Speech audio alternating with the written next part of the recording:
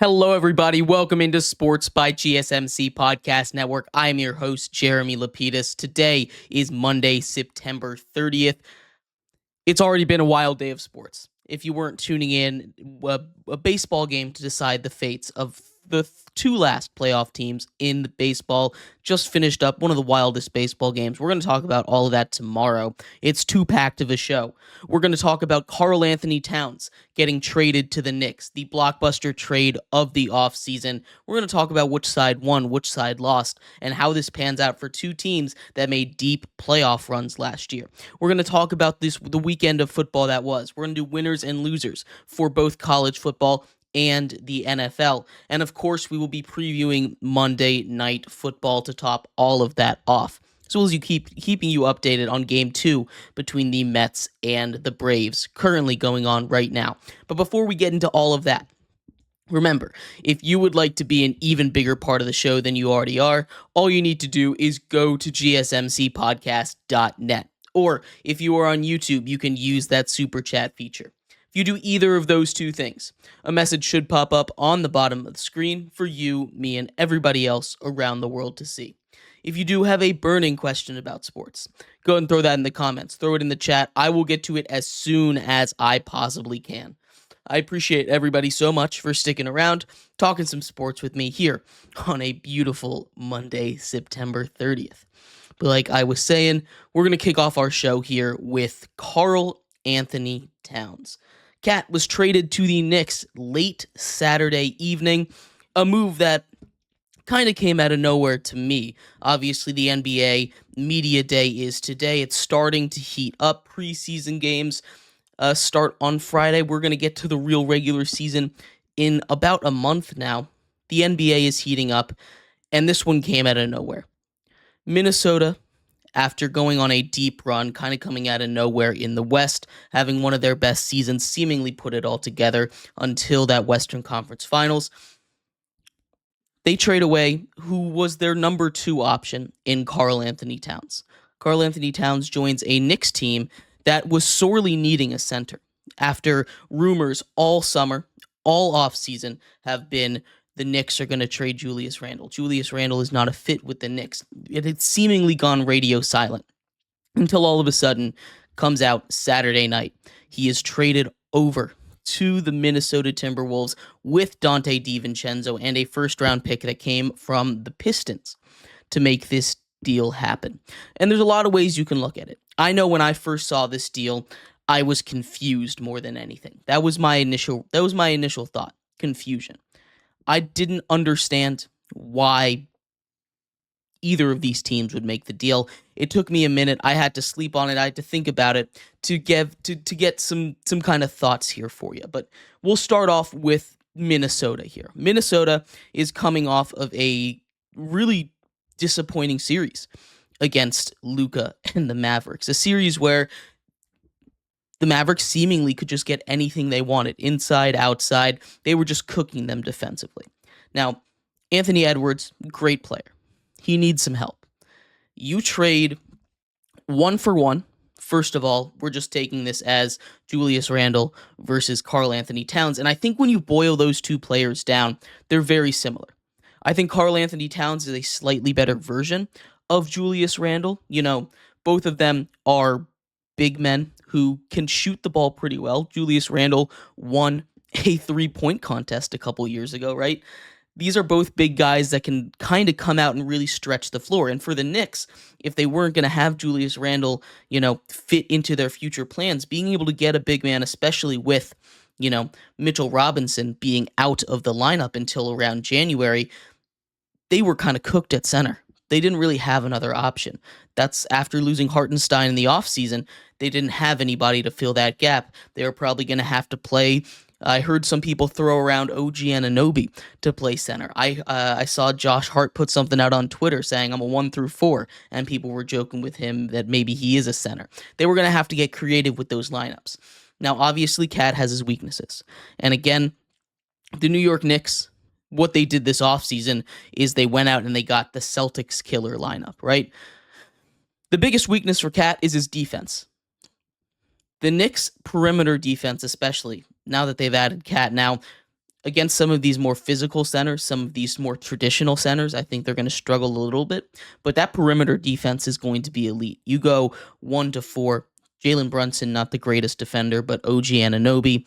You get Josh Hart in there, and of course, the trade for Mikal Bridges, two arguably top 5 perimeter defenders in the whole league, at least definitely at their respective positions. That defense will be fine. They're going to be able to handle the less of a defensive role that Cat can have. And when you boil it down to it, the biggest complaint about both Cat and Julius Randle, and we'll get to the Donte DiVincenzo part of this all in a little bit, but biggest complaint about both of them, and the reason why I think they're such similar players, is because the biggest complaint is they disappear in the big moments. We saw it happen to Cat recently. Julius Randle was hurt for this playoff run, but in the previous playoff run, he kind of disappeared.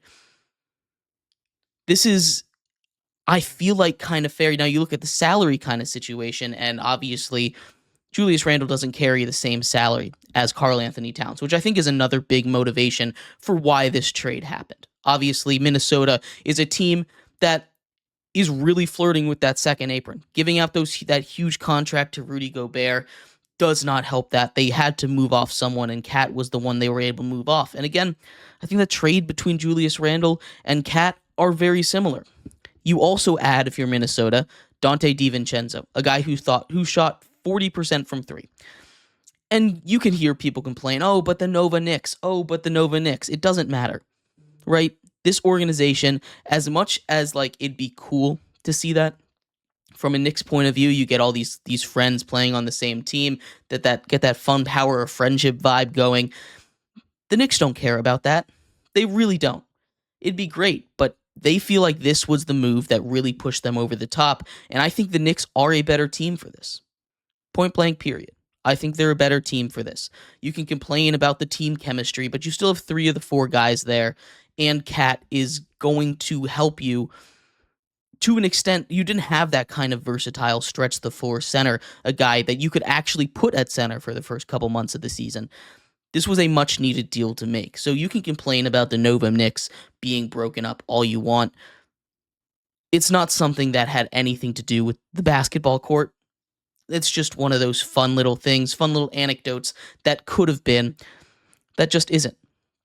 Now, taking a look at Minnesota, the biggest concern that I've heard from this trade, and I think the biggest sentiment I've heard, is actually that they got fleeced in this. I'm not so sure about that. I think, honestly, this was a fair trade, and I don't feel you don't feel that way too often in sports. You don't generally look at a trade and say, you know what, I think both sides won here. So having a conversation with TJ, the host of the other sports show, on at around 2:00 every single day. I was talking to him about this a little bit, and I think we basically came to the conclusion it's a win-win for both sides, right? You have not only a kind of 1-for-1 deal, in my opinion, in Cat for Julius Randle, Cat being just slightly better than Julius Randle, but Minnesota on top of a first-round pick that's going to be super valuable for a team that is currently competing. Their first-round picks are not going to be very good. You get a Pistons first-round pick. That's a huge get, but also a 40% three-point shooter. Minnesota, for all of their success last season, had a lot of trouble spacing the floor. Outside of Anthony Edwards, they didn't have a lot of consistency as far as shooting in the playoffs, and even Anthony Edwards wasn't a very consistent shooter in the playoffs, right? Donte DiVincenzo, you add a 40% three-point shooter.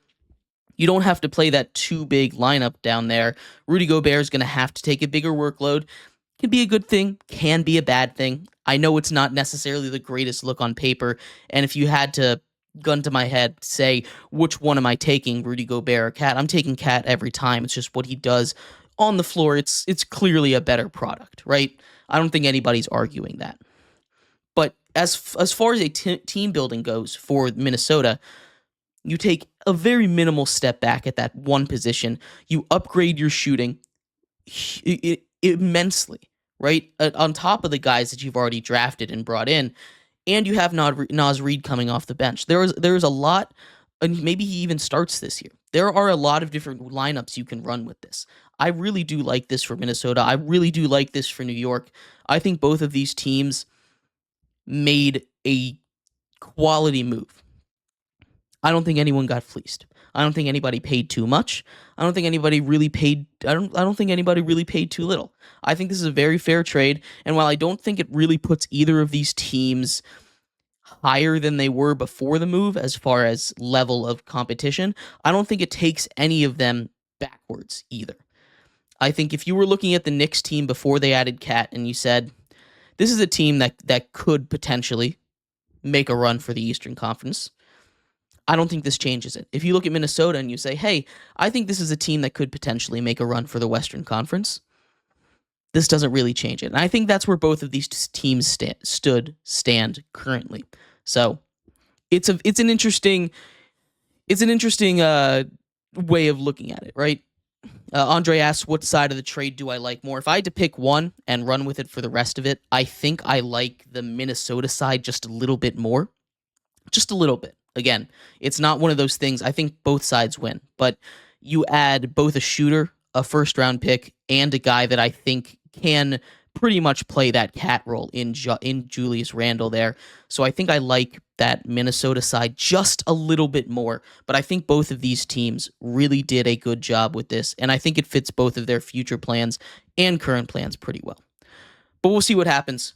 The NBA season is right around the corner. It's I can't wait for it. These are going to both be very fun teams to watch, and this is only really going to matter in the playoffs because both of these teams should be a top 4 seed in their respective conferences, especially after last season. But let me know what you all thought of this trade. I'd love to hear from you. We're going to take a quick break here. When we come back, we're going to shift our attention to football. It was a crazy weekend in both college and the pros. We're going to start off in the pros, do a couple of winners and losers from NFL Week 4. So stick around for that. We'll be right back here on Sports by GSMC Podcast Network.